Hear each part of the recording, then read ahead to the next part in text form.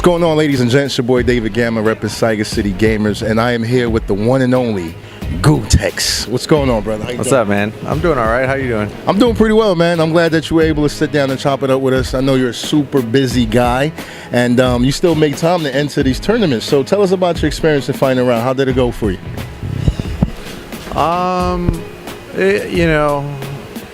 It was a learning experience. There were definitely things in the meta game that I gotta work on, or things that I could have done differently. Like for example, Saturday I had a late pool. Well, okay, so meta game, right? I tried to register a week before the event. It was too late to register. Pre-registration was closed. Okay. Yeah. I got a really tough. I got a really tough pool. So I had to play Chris Hugh first from New York. Just playing Karen. So I made the mistake of trying to just train in training mode I was staying at an Airbnb, so I was just like over there like by myself, just in training mode, and I think in retrospect it probably would have been better if I would have just been here playing, yeah, to like just, but like from traveling to France and Vancouver, it was like I learned that I had to manage my energy better. So I think in this instance, I tried to manage my energy by like not being here, and then yeah, and it backfired. So I mean, like like it's not to take anything away from Chris, because the reason why I was doing that was because I was taking that match so seriously to prepare for him. But I think I should, in retrospect, it would have been better to have just been playing casuals here. It's just thinking about the meta game. I'd planned to come here. I just didn't book anything like super early, so by the time that it came to like booking hotels, it was like, okay, well,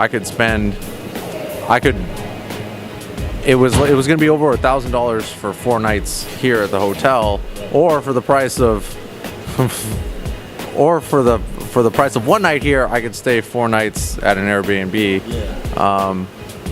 So yeah, and so I don't know, like those are some things that I gotta think about next time. And then I guess in the game, for sure, I don't think I'd lost a tournament match against a Karen, and I also didn't realize how much of a problem or how much of a hole in my game Nikali was, because I lost to a Nikali player in losers, and then I had to fight the loser of 2 Nikali players, and it was a really close match. And then later, I ended up in a room, and the Nikali guy that beat the guy that I lost to was there, and I was like, yes, like at least let me play this dude to just see in a parallel, because they had a really close match. It's like, all right, let me play this dude and let's see what would have happened in my mind in a parallel universe where that guy won or that guy lost and I had to play him.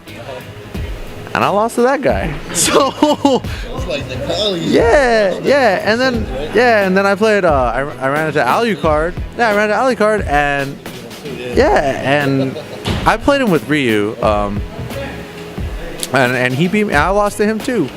So I know that I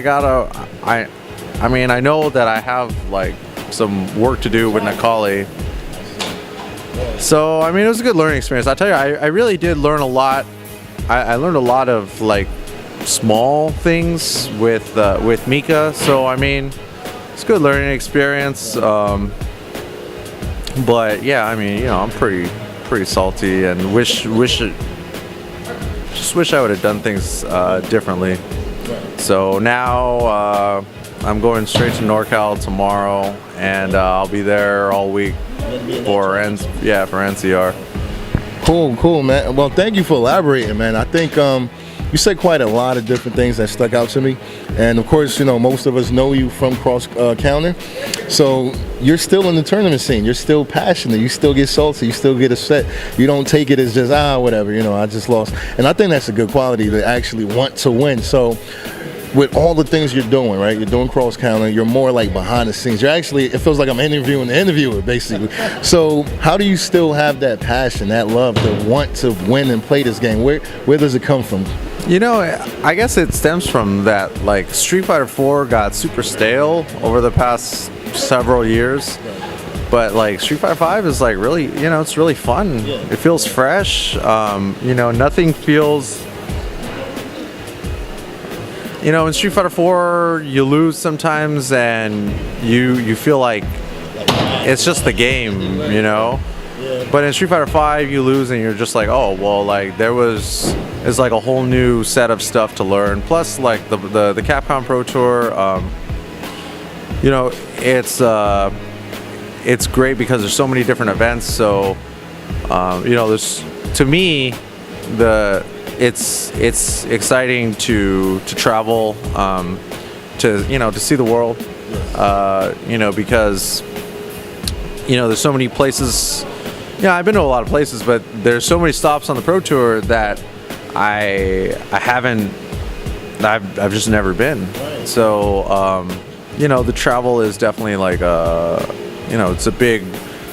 Okay, let's put it this way. Like when I was like my strongest as a player, like it seemed like there was no point in there was like this much work for this much reward. Now maybe there's more work, but there's a proportionate amount of reward. Like there was no upside before, now there's an upside, and now like I have to like relearn not just in the game how to be good, but also like to take the proper steps that the other like dedicated tournament players that never stopped playing take. Like for example, how do you allocate your time when you're at the event?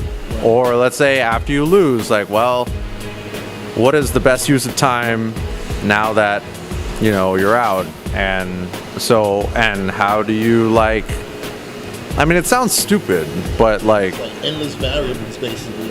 Yeah, exactly. So, I've just been trying to just get back into the swing of things. I mean, to be honest, like it definitely feels, super hopeless. Like I could have just been at home and had like just done something else this weekend. Lost it on the street, right? Exactly. I hear what you say, man, and it's cool that you mentioned a few things again that stuck out.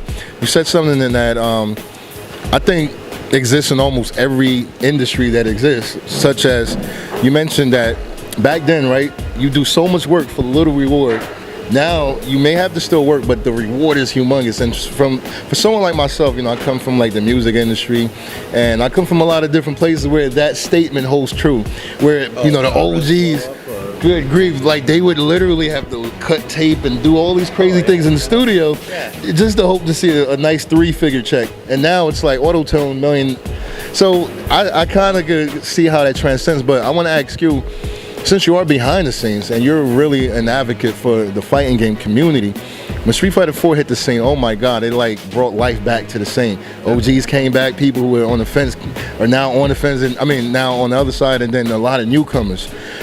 Street Fighter 5 is out now, right? As someone who's doing a lot of things behind the scenes, what are your hopes in terms of maybe the next 5 years? What are you expecting? Can they get any bigger? And kind of elaborate on that for us. Sure.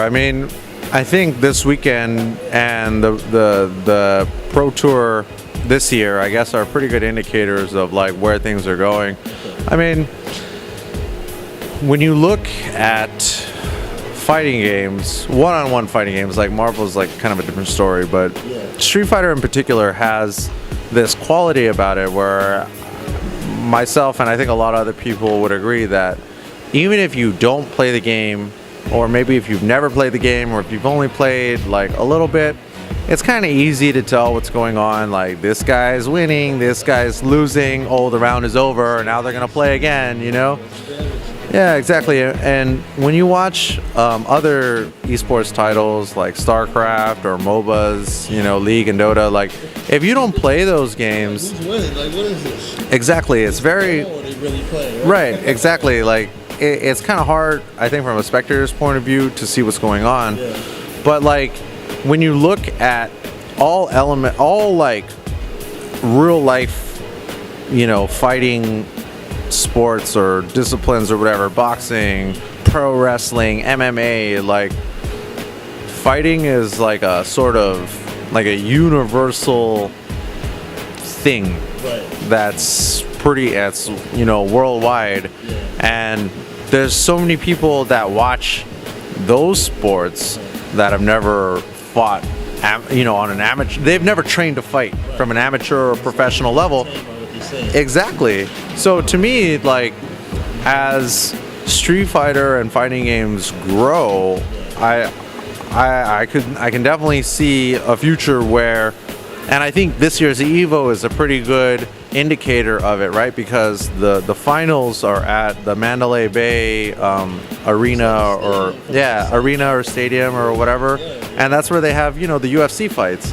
So that's where it's going. It's but I think EVO is the first one to get there, and it's not Gonna sell out if it hasn't already. yeah. Oh yeah. So I see that. I can see it going there. That's where I see it going. And of course, you know, as it goes there, then you have all of the other elements of a sport or activity or culture or whatever that go along with that, such as like the merchandise and the training and you know, like schools or dojos or whatever. All of that starts to kind of grow with it. So I can see all of that, and it is kind of happening in certain places, and also you know, venues. Just kind of gaming in general is kind of growing up a little bit, you know, because now you have you have venues like the Foundry in San Francisco, where it's like, I mean, that place, even if you don't play games, it's a cool place to hang out. But to me, that place is kind of like the future of like gaming nightlife, and that's going to grow as well. So like, as there are more venues that are kind of tailored specifically towards gaming, well, I think fighting games excel in those types of environments. I mean, you know, you got drinking and loud people at, you know, watching a fight. Like, that's nothing new. It's a simple formula. Yeah, exactly. Right. So now, speaking of growth, right? One thing that I recall, and I think I talked to you off camera a little bit about this, was about 5 years ago. I interviewed, you know, Mike Ross. That's back when your channel had about 10,000 subscribers. It's more than 10 times that amount now. Yeah. So speaking of growth, and something that you guys do, Cross Calendar TV, you know, if you guys don't know about that, check it out. I liken it to like what the guys at ESPN do. You know, they're not necessarily on the court all the time, but they're the analysts. They're the ones that bring the attention to what's happening, like the Stephen A. Smith and this, you know, Skip. So with that, any plans for Cross Calendar to get even bigger than what it is? I don't know if you guys can talk about it, if you have any things in the works. Like, what are your goals, or what are you trying to do with it? Because you've done quite a bit in the last 5 years. Yeah, I mean, the original goal for Cross Counter was to be the entertainment network for fighting game fans, and there have definitely been bumps on the road and things that stood in the way of that. But now, you know, with the technology that we have available for, you know, distributing video, and now that fighting games are growing and more people are making content for it, now it's kind of like the time is right for it to really kind of like get to its original vision. So I guess, you know, over the next several years, we're just going to be doing more of that, you know. Absolutely, you're so right about like what's going on with just gaming in general. Good grief, YouTube got a gaming section and PewDiePie. I don't want to elaborate on that, but you know, yeah, gaming is like here to stay. And so, just a couple, actually, last 2 questions, and we're gonna keep it casual. First fighting game you ever played? I'm assuming you're an 80s baby, maybe 90s or so, but you know, you seem like you've been part of the scene and always had a love for it. So I want to know the first fighting game you ever played. Secondly, favorite fighting game of all time. It does not have to be competitive. Primal Rage, I don't care what it is. Just, you know, those 2, give us what it is, man. First game, Street Fighter 2 World Warrior, man. Yeah, of course. Yeah, man. I mean, I was like 9 years old playing. Yeah, it was. Yeah. Yeah, man. Favorite? Probably Third Strike. I mean, Street Fighter 5 is definitely a close second. There's, you know, who knows? Maybe once they play Yuri, once they put Yuri in 5, maybe Street Fighter 5 will be, yeah. But yeah, I mean, yeah, Third Strike was definitely my favorite. But man, Street Fighter 5 is just so much fun. Well, Gootecks, man, it's been real. Thank you so much for sitting down and chopping it up with us. You're doing a lot of big things. You've been helping out the community. There's a ton of people. See, I'm a gamer myself. I've always loved Street Fighter, but I have a lot of friends who know nothing about Street Fighter. Watching your show, educate some more. Keep up the great work, man. So again, we here, final round, final day. Your boy David Gamma signing out for Cycle City Gamers. Peace and love.